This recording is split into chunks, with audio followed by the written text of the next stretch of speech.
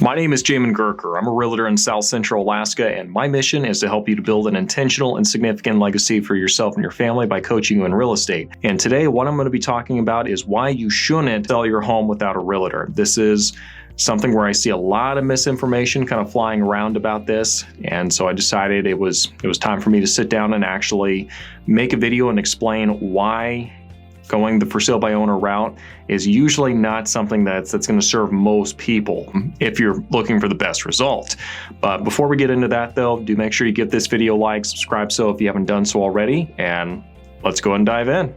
I am going to make one quick caveat before we jump into this, and that is everything that we're going to be saying is under the assumption that you find a good realtor to help you, because the fact of the matter is that 80% of the homes that get sold are done so with the top 20% of the realtors in the industry. Specifically, like definitely here in this area, that's just the way that it kind of shakes out. So with that being the case, you do get a lot of hobbyists, a lot of people that are just doing 2 or 3 deals a year.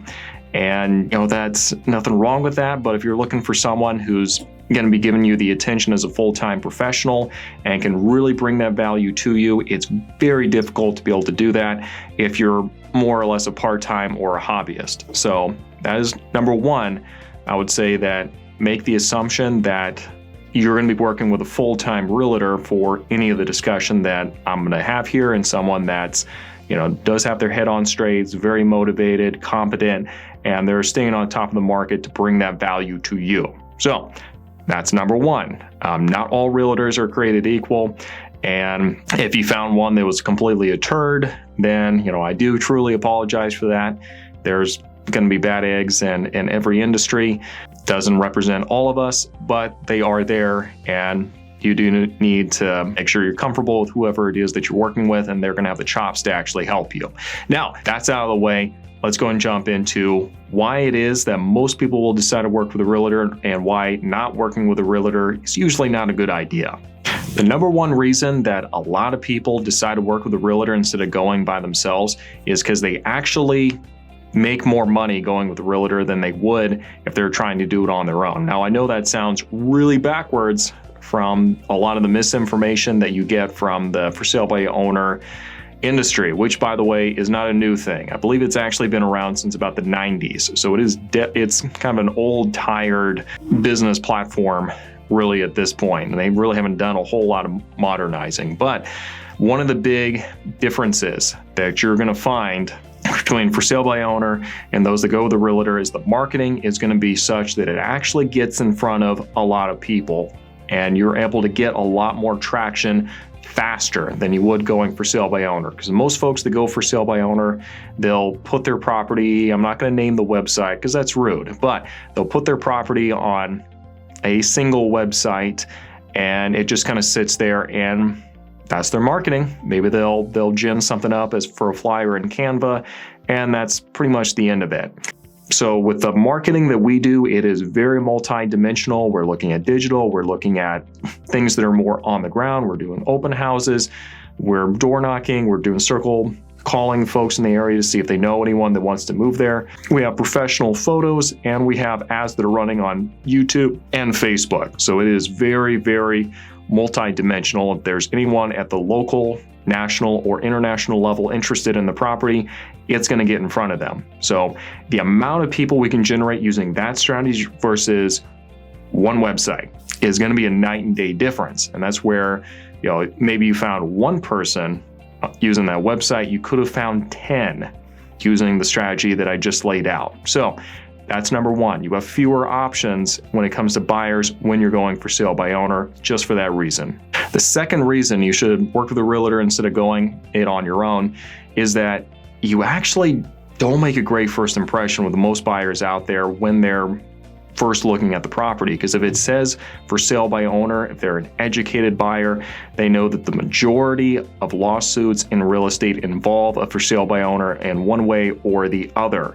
So I've heard estimates anywhere from about 70 up to about 84% of real estate lawsuits involve a for sale by owner. So if I'm a buyer and I'm seeing something's for sale by owner, maybe I like the house, but I don't like all the liability in my mind that's attached to it, because if there's a real estate agent on the other end of the transaction, there's a system and there's a process and there's due diligence for if there was wrongdoing, for there to be restitution and for there to be a solution. If it's just the owner, then at that point my option is to just lawyer up, and it's going to be expensive and it's going to get ugly. So that's number one. It doesn't look really good if you're a buyer looking at it from the other side. The third reason that people actually decide to work with a realtor is that the pricing is usually not really accurate. So I know there was one particular website out there. I'll let you decide which one, but there was one website that actually started really jumping into an iBuyer program, and it didn't. Unfortunately, that website and the company were using their own estimates, and they found out the hard way that, what all of us have been telling them forever, that their estimates were not very accurate. And they actually ended up having to just walk away from it because they spent too much money on properties based on their estimates. And if you're going just off of that, then if it's accurate, it's usually just by accident that it's accurate. So when you're going to price, even in this market, it's very easy to underprice it just because everything's appreciating so fast. Even agents that are doing this full time, it's hard for us to keep up, and we are checking it on the daily. So if you have someone that's just posting something out there, it's kind of hit or miss if you're going to be getting the real market value for it.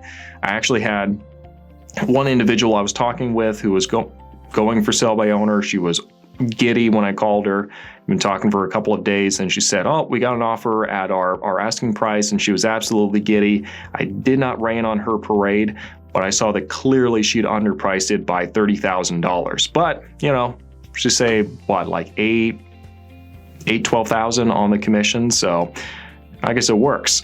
So it's very difficult, even in this market, to make sure that you're staying on top of what the price is, what the actual market value of the property is. So that would be the next one, that it's very easy to underprice it in this market. Not only that, but what really is driving the price up is the competition from having multiple buyers competing for the property.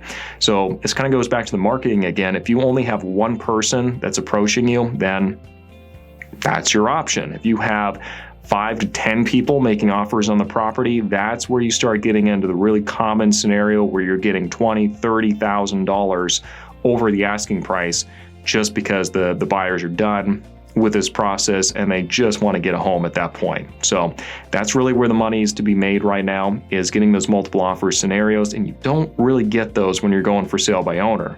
Let's take a break real quick here, lighten the mood a little bit. For those of you who've been watching for a little bit, you do know that I have a podcast called the Alaskan Journey Podcast. Link for that is going to be in the description section down below. I do answer questions I do get from homeowners, but mostly what we're doing is we are shedding light on what it's like living up here from Alaska from those that actually do live up here. So do make sure you go check that out.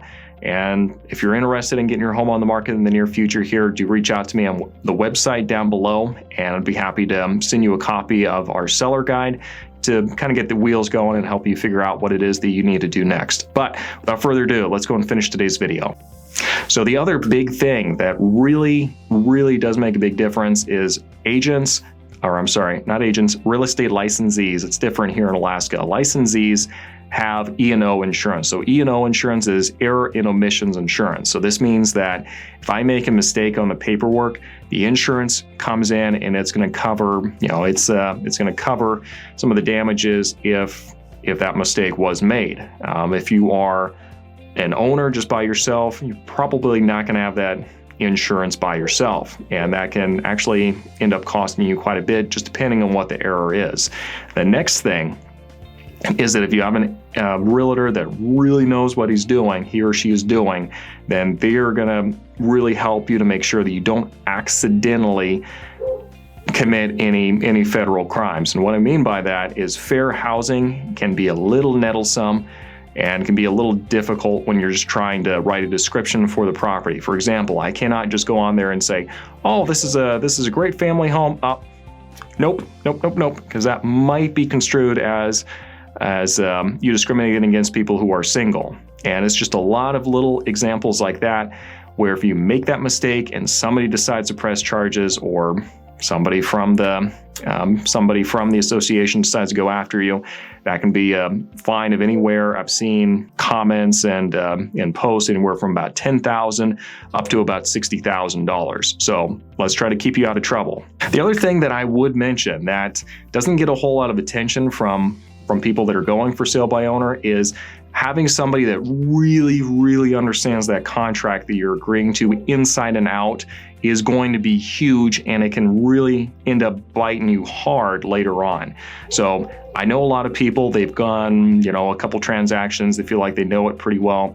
Unless you are at the point to where you know exactly where in the contract certain things are, the important dates, the ins and outs of the contract, what the caveats are, what the omissions are, what the exceptions are to the rules. Unless you have somebody that really knows that big, long contract that well, and they can explain it to you, then you're kind of just taking a big gamble that everything's going to go well, because you're pretty much a sailboat out there, and you're just making the assumption everything is going to be going really smooth and classy the entire way, and you're not guaranteed that.